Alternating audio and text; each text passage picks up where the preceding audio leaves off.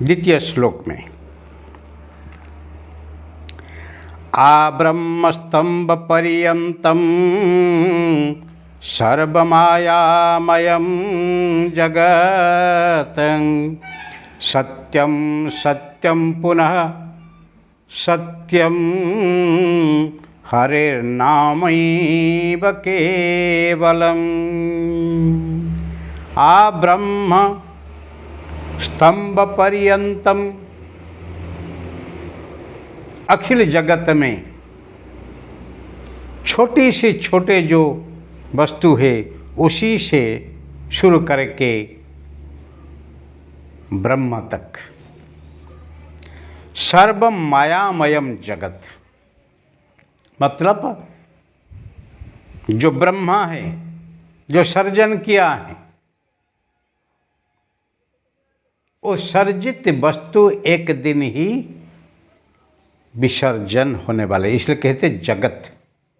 जगति जगति इति जगत। जन्म गति मृत्यु, जो ही जन्म होते ही पर क्षण में मर जाता है, इसको कहते जगत। जगत हर क्षण परिवर्तनशील है, is fragile, temporary, not permanent at all. जो परमानेंट हैं, जो स्टेडी हैं, वो सत्य है।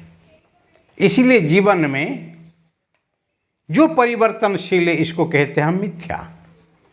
त्रिकाल अबाधित सत्य, जो तीन काल में कभी खंडन नहीं होता है और उसके मंडन करने की कोई जरूरत नहीं है, क्योंकि सोना को आप सोना कहो या पीतल कहो, सोना में कोई फर्क नहीं पड़ता है, पर पीतल को आप सोना कहेंगे तो फिर जब परीक्षा की जाती है तब ही पीतल ही सोना है। इसीलिए ब्रह्म को आप खंडन नहीं कर सकते हैं और उसके मंडन की कोई ज़रूरत नहीं है, और जगत को आप खंडन करने का ज़रूरत नहीं है, क्योंकि वो खुद खंडित हैं और उसको मंडन करने से वो भी सत्य कि ब्रह्म हो नहीं सकता है। इसीलिए स्वरूप से जो है वही है। इसीलिए यहाँ कहता है आप ब्रह्म स्तंभ पर्यंतम सर्वम मायामयम जगत। ये जगत ब्रह्मा चित्रा माया से ही परिव्यापक है, वो ही अरूप होके थे और एक वो हम बहुत श्याम, ऐसे संकल्प मात्र से माया की मदद से ही वो बहुरूप हुए हैं और उनका सब रूप है। इसलिए इसको कहते हैं, जगत को हम कहते हैं विश्वरूप। ईशावास्यमिदगम सर्वम यत्किंच जगत्याम जगत। इसी जगत में जो कुछ भी छोटे से बड़े पर्यंत जो है सब ईश्वर की ही परिव्यापकता है, और इसको ही जो ही एक साथ देखते हैं और उसको ही विश्व दर्शन कहा जाता है।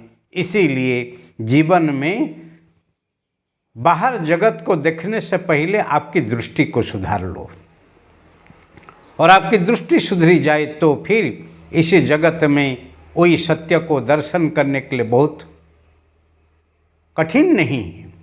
इसलिए कहा जाता है जग में रहो जग मन से त्यागो, और कण कण में करो दर्शन तेरा, ऐसे दृष्टि दे प्यार से। हे परमात्मा, कण कण में दर्शन करने के लिए ऐसे दृष्टि मुझे चाहिए। सृष्टि तो है, सृष्टि में कण कण में तेरी सत्ता तो है, परंतु वो सृष्टि में तुझे दर्शन करने के लिए मुझे जो दृष्टि चाहिए वो दृष्टि मुझे जरूरी है। इसलिए वो दृष्टि को ही जगाओ। वो दृष्टि आने के लिए आपके जो चर्म चक्षु है उसको ही बंद करो, वो पहला कदम है। दिव्य दृष्टि को ही जागृत करने के लिए आपकी जो चर्म चक्षु है उसको बंद करो, क्योंकि चर्म चक्षु से हम रूप और रंग को देखते हैं, पर रूप रंग वो माया का ही एक लीला है और माया के चमक हैं, उसी से हम आकृष्ट होके उसके तरफ खिंचाए जाते हैं।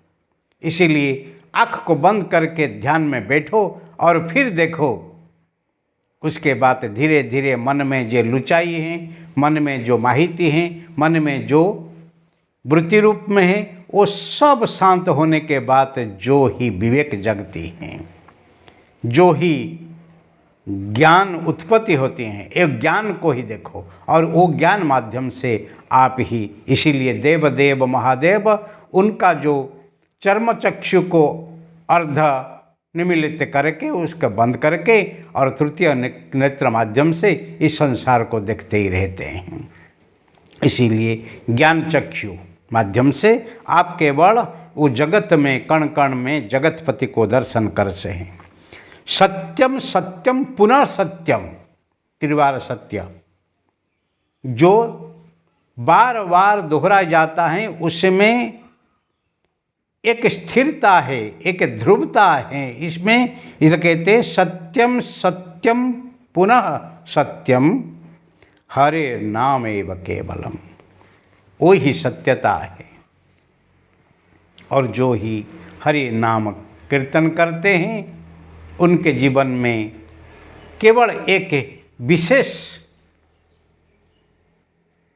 लाभ होता है, जे ही जो मिथ्या है वो छूट जाता है, जो भ्रम है छूट जाता है और ब्रह्म में जुड़ जाता है। इसीलिए इस संसार में जो ब्रह्मवृत्तिकार भक्त होते हैं वो कभी मिथ्या के पीछे दौड़ते नहीं, माया के पीछे दौड़ते नहीं। इसीलिए सत्य के पीछे जाओ और सत्य को ही देखो, और वो सत्य बहुत दूर नहीं है, वही सत्य आपके अंदर है। पिंड और ब्रह्मांड वो ही क्षणभंगुर है, वो शरीर एक दिन भी लीन होने वाला है, क्योंकि पंचभूत से बना हुआ शरीर, और जो ब्रह्मांड है वो भी पंचभूत से बना हुआ ब्रह्मांड। इसलिए सर्जन विसर्जन जन्म मृत्यु वो तो समान है, परंतु आपके अंदर जो आत्मा है, आत्मा ब्रह्म ही बना पर, वो आत्मा अजर अमर है, ना उसका जन्म है ना उसकी मृत्यु है। इसीलिए जगत में कण कण में जो विराजमान परमात्मा है वही अजर अमर है, शाश्वत है, सत्य है, और उसी के साथ आपकी तादात्म्य को ही आप अनुभव करना हो तो हरे नाम एव कैवलम, हरे नाम एव कैवलम, हरे नाम एव केवलम, हरे नाम को ही जपते रहो, और वो जप करने से आपका जीवन में ही वो सत्य ही अनुभूति होने वाला है।